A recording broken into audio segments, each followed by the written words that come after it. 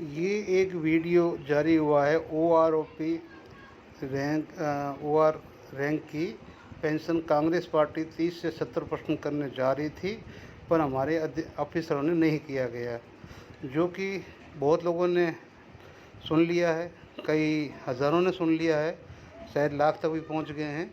लेकिन आप कोई इसमें बहकाव में ना आइए। इसका जो प्रूफ के साथ मैं आपको कुछ कंटेंट्स आके देने जा रहा हूं, जो आप कृपया ध्यान से सुने, देखें, समझें और उसके बाद में आगे की कोई रणनीति बनाएं। Thank you. जय हिंद, जय भारत। साथियों, जय हिंद, जय भारत, वंदे मातरम। मैं आपका साथी veteran Om Prakash, coordinator FE Rajasthan. दोस्तों, 2 दिन से मैंने वीडियो नहीं बनाया क्योंकि गलतफहमी यहाँ लोग पैदा कर देते हैं, और एक वीडियो है जो वायरल हो रहा है सोशल मीडिया पे हमारे सैनिकों के बीच में कि कांग्रेस सरकार 2009 में हमारे को 70% पेंशन दे रही थी, लेकिन जनरल दीपक कपूर और एडमिरल मेहता साहब ने और बाकी जो वायुसेना अध्यक्ष थे उन्होंने नहीं होने दिया, और उन्होंने 4 कोई पॉइंट भी बताए कि उन पॉइंटों की वजह से वो नहीं हुआ। तो मैं ये 2 दिन के लिए मैं रिसर्च में लग गया, और वो रिसर्च के बाद में मैं इस नतीजे में पहुंचा हूँ कि हमें थोड़ा बैकग्राउंड में जाना पड़ेगा, और कोई भाई अगर किसी को शक हो तो वो मेरे दिए हुए रेफरेंस के ऊपर थोड़ा बहुत शोध भी कर ले। हमें जाना पड़ेगा अपना पेंशन रेगुलेशन 1964 पे। 1964 से जो हमारा पे रेगुलेशन था अपना इंडियन आर्मी का, एयरफोर्स का और नेवी का, तो ये 73 तक हमारी जो पेंशन हुआ करती थी, जो सिविल डिपार्टमेंट के लोग हुआ करते थे, उससे 2.4% ज़्यादा होती थी। 2.4%। दैट मीन कोई सी सिविलियन की 30,000 मान लो है तो 30% है, तो हमारी 2.4 होगी, तो वो ऑटोमेटिकली 30 दूना 60 और 4% हुआ 70% होगी अपने आप ही। तो 73 तक ये चीज़ हमारी चली, और उसके साथ में ये उस टाइम ये भी चल रहा था कि हमारा 1 रैंक 1 पेंशन भी बराबर का साथ में चल रहा था। 73 के बाद में इसको बंद किया, तो बाद में तब से ही ये आंदोलन 1 रैंक 1 पेंशन का चल रहा है, जो 2015 में हमारा एक्सेप्ट हो गया और बीजेपी गवर्नमेंट ने स्वीकार किया। लेकिन इसके अंदर गलती क्या हुई है कि जब ये एक मतलब 19 दिसंबर 11 को कोश्यारी कमेटी बैठाई थी, और उस कोश्यारी कमेटी ने जो सारी रिपोर्ट, जो हमारी परिभाषा सब कुछ जो दी, तो उस कोश्यारी कमेटी के फैसले को कांग्रेस सरकार ने है जो मतलब 17 जनवरी 2013 को पूरा मान लिया था। ठीक है ना, मान लिया था। और मीनवाइल जो 17 जनवरी 2013 को जो माना गया जो फैसला था, और मीनवाइल हमारी 14 में गवर्नमेंट चेंज हो गई, लेकिन उसी को कैरी फॉरवर्ड करते हुए अपना 26 फरवरी 14 को इसी अप्रूवल को DSW ने लेटर नंबर 12/1/2014 पे पेंशन पॉलिसी 7 नवंबर 2015 को इसको स्टैंड मतलब चेंज किया।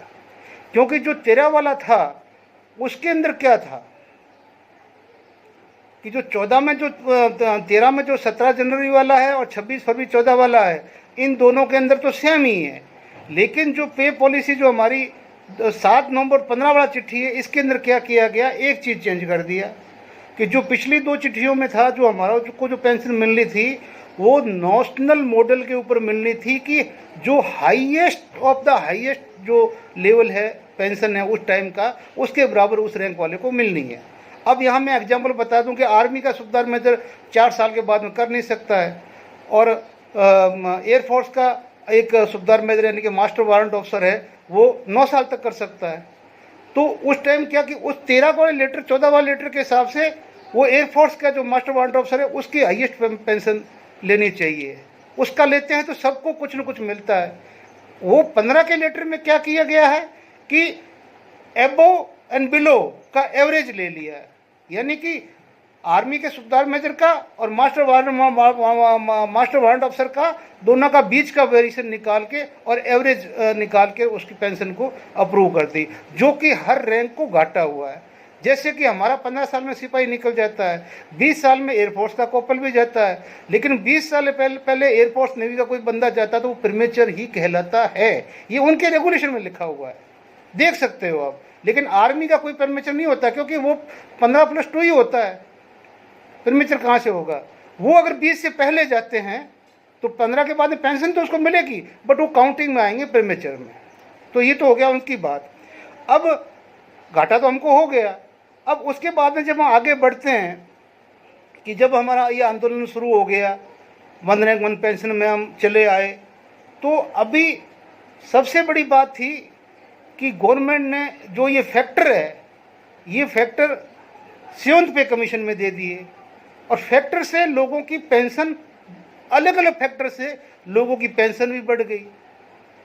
तो उस फैक्टर की वजह से जो हमारा 1 से लेकर 6 तक है, जो 6 तक हमारा नेक्स्ट दर तक आता है, वहाँ तक के वो 2.57 में ही है, सॉरी हवलदार तक, तो वो उसी में आते हैं 3 से 6 वाले। अब उसमें बाद में जेसीयू को वो 60 कैप्टन ऑनररी वगैरह को वो है जो 2.72 पे लेके, इस तरह से 2.786 भी रहा, 78 भी रहा, 281 भी रहा। तो ये चीज़ें जो हुई है जिसने हमारे पेंशन सिस्टम को पूरा बिगाड़ दिया, सबको उधेड़ दिया एकदम ही। वो उधेड़बुन में हम लोग बहुत मात खा गए और हम नीचे आ गया। ऊपर से ये जो पे कमीशन है हिंदुस्तान का सबसे लोअर परसेंटेज का था, जो कि 14% था, 14% टोटली था। अब इसमें और मैं बता दूं, 6th पे कमीशन का जो हमारा फैक्टर था, जो पहले अप्रूव हुआ था 1.74 का, बाद में उसको अमेंड किया गया 1.86 से, लेकिन उसके साथ एक क्लाउज दिया गया कि 1.86 में फिक्स करके जो हमारा आगे का पेमेंट बनेगा वो गुणांक 10 से बनेगा, जिससे हमारी पेंशन की बढ़ोतरी अच्छी हुई थी। लेकिन इसमें गुणांक नहीं था, ओनली 2 पॉइंट का आगे का जो फैक्टर दिया, गुणांक नहीं दिया। तो यहाँ पर हम फिर मात खा गए। अब बोला कि ये अब अधिकारियों ने ये कर दिया, अधिकारियों ने, किसी ने कुछ नहीं किया। वहाँ पे उस टाइम ऐसा हुआ था कि अधिकारियों की सीनियरिटी की बात चली थी 2009 के अंदर। तब अधिकारियों ने, जब इनके सिविलियन के साथ में जो अधिकारी थे इनके साथ कम थे, तो जो सिविल अधिकारी थे वो इनको कभी सीनियर नहीं मानते थे हमारे अधिकारियों को। तब ये बात उठी थी कि भाई या तो हमारे को IAS, RS, IPS के इक्वल दर्जा दो, और नहीं देना तो फिर हमारी सीनियरिटी यूनिटी का क्या। कल का अब IAS बना हुआ, IAS मेरे अंडर नीचे काम कर रहा है, एक मेजर साहब मतलब GSO2 की ड्यूटी कर रहा कहीं पर, उसके नीचे बैठ गया, वो नहीं मानेगा मैं तो IAS हूँ, आप ऑर्डर नहीं मानूंगा। तो इसके लिए ये मांग उठी थी, जब तीनों ही सेना अध्यक्षों ने चीफ सेक्रेटरी को बता के और उस टाइम के रक्षा मंत्री एंटनी को बता के और मनमोहन जी के सामने अपनी एक रिपोर्ट पेश की थी, और उस रिपोर्ट को भी कांग्रेस सरकार ने नहीं माना था। तो एक्चुअल में कहानी तो वो थी। अब चाहे आप उसको कैसे भी बढ़ा लो, आज भी न तो NFU, न तो बीजेपी गवर्नमेंट ने अफसरों को दिया, न कांग्रेस ने दिया है, ठीक है ना। अब वो जो पे फैक्टर ले गए हैं, वो तो 13 के अंदर आपकी भीड़ को जैसे भी जो उनका क्या सेटलमेंट हुआ था, वो तो वो जो करने वाले जाने, और वो जो मोदी जी की टीम जाने, जो 2014 में क्या सौदा हमारा हुआ था वो मैं नहीं कह सकता, उसके बारे में मैं टिप्पणी भी नहीं करूँगा इसके ऊपर, किसी पक्ष पार्टी के ऊपर। अब हमारे को एक चीज़ है कि मेरे इस स्पीच के आगे आपको मिलेंगे अपेंडिक्स, आपको मिलेंगे गजट नोटिफिकेशन और इन्फॉर्मेशन कि ये पहला पे कमीशन है, जो पूरा का पूरा पे कमीशन सुप्रीम कोर्ट के CJI के नॉलेज के अंदर पूरा का पूरा रिव्यू हुआ है, और रिव्यू होने के बाद में इसका अलग से एक्स्ट्रा ऑर्डिनरी गजट पब्लिश करके इसको लागू किया गया। अब ये भाई साहब बात कर रहे हैं 9 की, जबकि ये तो अगस्त 2008 के अंदर ही क्लोज हो चुका था। ये लोगों के हाथ में क्वार्टरलियाँ आ चुकी थी सेटलमेंट होके, जो ऑन सर्विस थे। कहाँ से पीछे रह गया भाई? वो सब मैंने पीछे अपेंडिक्सों में दिया है मेरी स्पीच के साथ में, आप समझ जाएंगे। नहीं तो मैंने लिंक भी दिए हैं, आप डाउनलोड करके खुद दे सकते हैं। भ्रम में मत पड़िए भाइयों, आपको आने वाली सरकार कोई हो, चाहे बीजेपी की हो चाहे कांग्रेस की हो, आपके पास में अभी टाइम है। आप अपने आप को एक प्लेटफॉर्म पे कैसे लेके आ सकते हो। आप भ्रमों में मत घूमिए, ठीक है ना, आप भ्रमों में मत पड़िए। ये सब चट्टे बट्टे हैं जो कि हमारे आंदोलन को फेल करने के लिए हैं, लेकिन हमें फेल नहीं होना है। हमने जो मुख्य है, ठीक है ना, हमारी विधवा पेंशन, हमारे प्रीमेच्योर, हमारे डिसेबिलिटी पेंशन है, जो हमारी जोखिम भत्ते हैं, जो हमारी मुख्य मांगे हैं, जिसकी इक्वलिटी की बात हम कर रहे हैं, वो होनी चाहिए, वो होगी। और कोई भी सरकार आए, हमारी जीनिन मांगे वो मानेगी, बट अपनी एकता नहीं होगी तो कोई नहीं मानेगा। आप 10 संगठन 10 डिमांडें लेके खड़े रहोगे, कोई नहीं मानेगा। 10 एक बन के एक अपनी मांग रखोगे, आपकी बात मान ली जाएगी। मैं इतना ही कहना चाहता हूँ। आगे आप ये देखिए, जो मैंने आगे अटैचमेंट दिया है वो देख के आप और समझ पाएंगे। जय हिंद, जय भारत, वंदे मातरम। ये पहली बार हुआ जब किसी पे कमीशन को सुप्रीम कोर्ट के पास रखा गया रिसोल्यूशन के लिए, और सुप्रीम कोर्ट के चीफ जस्टिस के द्वारा उसका पूरा मूल्यांकन किया गया। और जितने भी हमारे उस टाइम के वर्ग थे 6 में, जो हमारा ABCD सब वर्गों का सुप्रीम कोर्ट के द्वारा बिल्कुल ही ये निरीक्षण किया गया। उसके बाद में सुप्रीम कोर्ट के चीफ जस्टिस के द्वारा स्पेशल आदेश करने के बाद में extra ordinary gazette notification publish किया गया। अब इसमें रिसोल्यूशन भी दिया है, और नई दिल्ली 13 सितंबर 2008 का ये गजट नोटिफिकेशन है। और इसके अंदर भी वही सारी चीज़ें दी हुई है, जिसमें ये लिखा हुआ भी कि मतलब ये जो भी रिसोल्यूशन है 52/2006 डेटेड 8 अगस्त जो भी है, इंडिया हैज़ गिव मतलब chief justice of India has give carefully consideration to the recommendations ABCD and has decide that the recommendation Commission shall be accept as a package subject to the modification mentioned below। जो नीचे दी गई है ये table है सारी की सारी। आप ये गजट नोटिफिकेशन निकालेंगे, आप ये गूगल पे उपलब्ध है 13 सितंबर 2008 का एक्स्ट्रा ऑर्डिनरी, तो आपको पता चल जाएगा। जय हिंद। ये इसी के अंदर जो चीफ जस्टिस का CJI विश किया, उन्होंने CJI ने wish to place a record there मतलब appreciation to the work by pay commission, जो उसने अच्छा काम किया, और ऑर्डर किया कि order that the resolution be publish in the gazette India extraordinary by order and under the authority of the chief justice of India. देख लीजिए आप, इसमें नीचे सुनील थॉमस का जो रजिस्ट्रार एडमिनिस्ट्रेटिव है उसके सिग्नेचर है, उसके साथ और ये दिया हुआ है। ये विकिपीडिया में समान रैंक समान पेंशन का एक लेख आया है। उस लेख में एक मतलब कि डेफिनेशन भी दी है कि अधिकारियों और जवानों के बीच समानता की कल्पना हो सकती है, लेकिन फिर भी इसे एक गवर्निंग सिद्धांत के रूप में स्वीकार करना होगा। बाबा साहेब अम्बेडकर, ये हमारे संविधान में ये चीज़ लिखी है। लेकिन जो हमारी समान रैंक और समान पेंशन जो थी, वन रैंक वन पेंशन, वो सन 1973 तक भारतीय सशस्त्र सेनाओं के कर्मचारियों के पेंशन एवं अन्य लाभ की गणना का आधार था। इसे पुनः स्थापित करने के लिए आंदोलन चला और अब उसे भारत सरकार ने स्वीकार कर लिया है।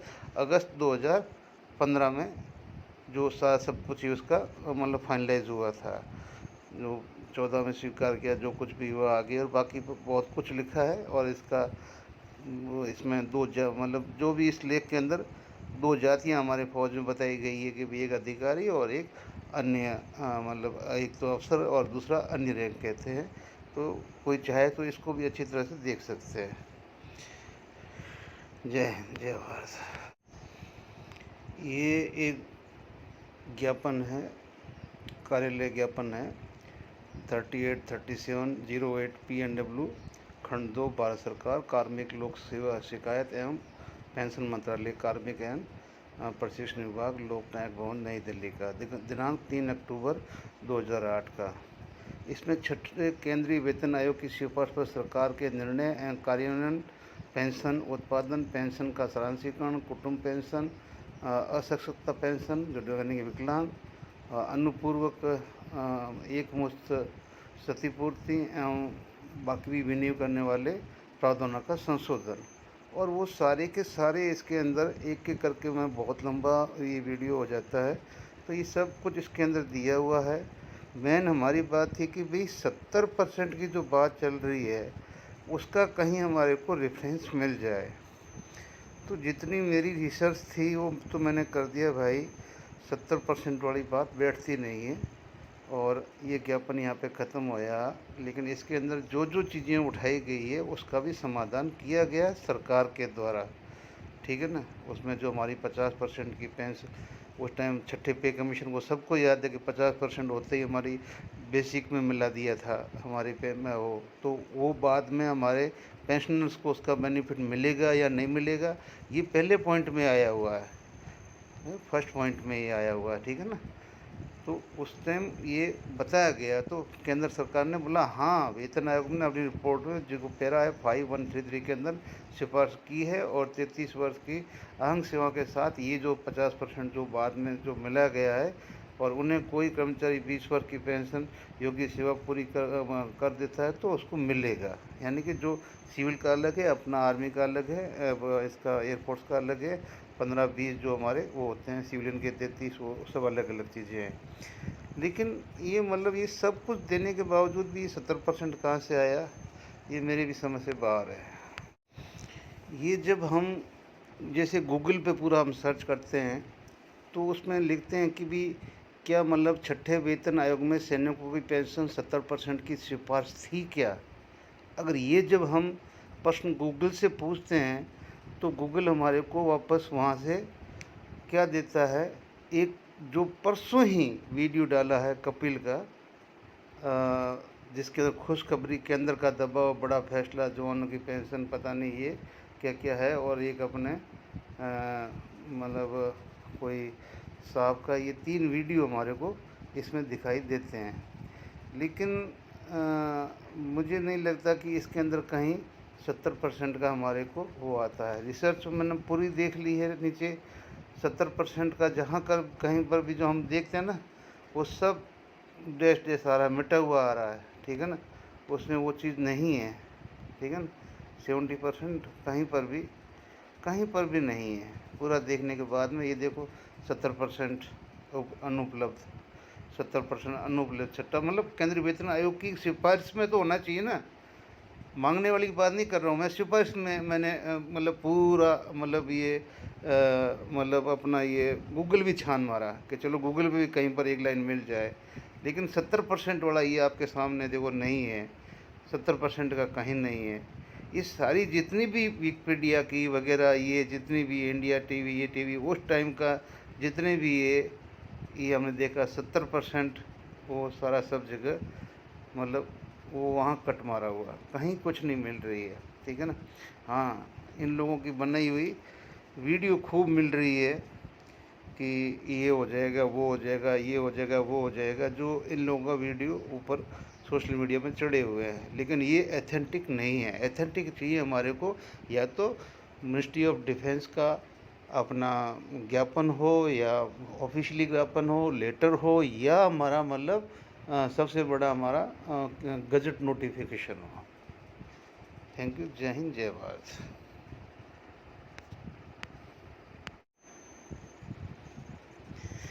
ये 51 पेज का गजट नोटिफिकेशन है जिसके अंदर ये नई दिल्ली 9 सितंबर 2008 का है जब ये फाइनलाइज हो गया था पे कमीशन। और इसके अंदर जो हमारी संशोधित वेतन जो हो चुका था उसके लिए, और ये रक्षा मंत्रालय द्वारा हमें ये भारत का गजट नोटिफिकेशन दोबारा जारी किया गया संशोधन के साथ में।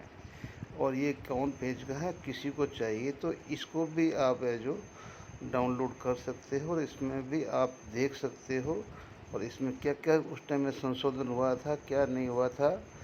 क्योंकि जो पे फैक्टर था इसमें पहले हमारे को 1.74 से इसको देना था और मल्टीप्लाई जो गुणांक था उसका 10 आगे 10 करना था।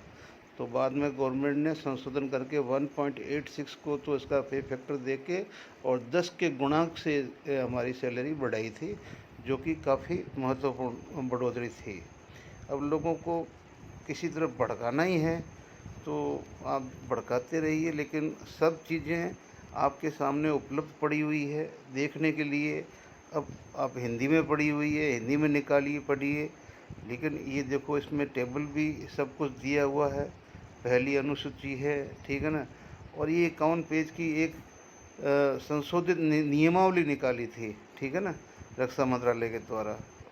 और ये सारे पे बैंड वगैरह कैसे फिक्स किए गए थे, क्या है, सब कुछ है। लेकिन ये 70% वाली बात मेरे पास में अभी तक जो फिक्सेशन का रिकमेंडेशन जो मेरे पुलंदे में भी नहीं मिला, और मैं ऑनलाइन भी इसलिए मैंने कल वीडियो नहीं बनाया था कि पहले मैं पूरी तहकीकात करूँगा कि ये 70% का फिगर आया कहाँ से।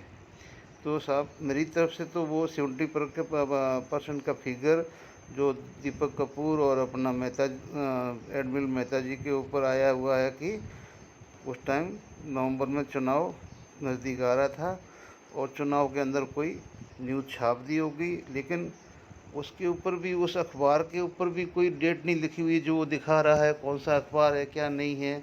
और ये सारी चीज़ें मतलब भड़काने वाली है और मुझे इसमें कहीं पर भी सच्चाई नज़र नहीं आ रही है। ये छठे पे कमीशन का साइलेंट रिकमेंडेशन जो सिक्स पे कमीशन की थी रिटायरमेंट बेनिफिट के लिए सेवानिवृत्ति लाभों के ऊपर एडिशनल पेंशन, अतिरिक्त पेंशन, आहार सेवा, कुटुंब पेंशन, पेंशन का सरलीकरण, सारांशीकरण, सेवानिवृत्त मृत्यु उत्पादन यानी कि retirement of death, gratuity, disability pension, ex gratia, अनुग्रही, डिवीजन ऑफ पेंशन, ठीक है ना। उसके बाद में स्वैच्छिक सेवानिवृत्ति के लिए, उसके बाद में एडिशनल पेंशन की भी टेबलें दी हुई है। यानी कि इसमें सारा ही जितनी भी रिकमेंडेशन फॉर आर्मड फोर्सेस के लिए जितनी भी दी हुई है, सब मैंने ये मतलब पेंशन पोर्टल के ऊपर पड़ी हुई है, किसी को चाहिए तो वो निकाल सकता है। और ये सिक्स पे कमीशन की जिसमें कहीं पर भी या कैलकुलेशन ऑफ पेंशन कैसे की गई है, किस तरह से की गई है, ये सारी चीज़ें मतलब इसके ऊपर पेंशन पोर्टल पड़ी हुई है, जिसके अंदर 70% का जो ये भाई बता रहा है ये कहीं पर भी नहीं है। और एक उस टाइम पे मैं सीएमएम में था और सीएमएम में मैं प्रोडक्शन में था, तो हमने 650 पेज का उसका पूरा जो भी रिकमेंडेशन थी सिक्स पे कमीशन की टोटली एक बुक निकाली थी, और उसकी कॉपी भी मेरे पास में थी, किसी को चाहिए तो इतनी बड़ी दे तो मैं सकता नहीं। लेकिन कुल मिला के जो ये बात कह रहे हैं ना कि ये 70% पेंशन फिक्स हो गई थी, ये कहीं से भी सिक्स पे कमीशन की रिकमेंडेशन में से मतलब निकाल के एक पेज डाल दे भारत के लोगों के सामने, भारत के रिटायरमेंट के सामने, ताकि ये मतलब जो गलत फहमी लोगों की दूर हो जाए कि भाई ये किस तरह से मतलब ये क्या फेक मतलब यार बना रहे हो, क्या लोगों को भड़का रहे हो, ये समझ से बाहर की बात है। Thank you. जय हिंद, जय भारत।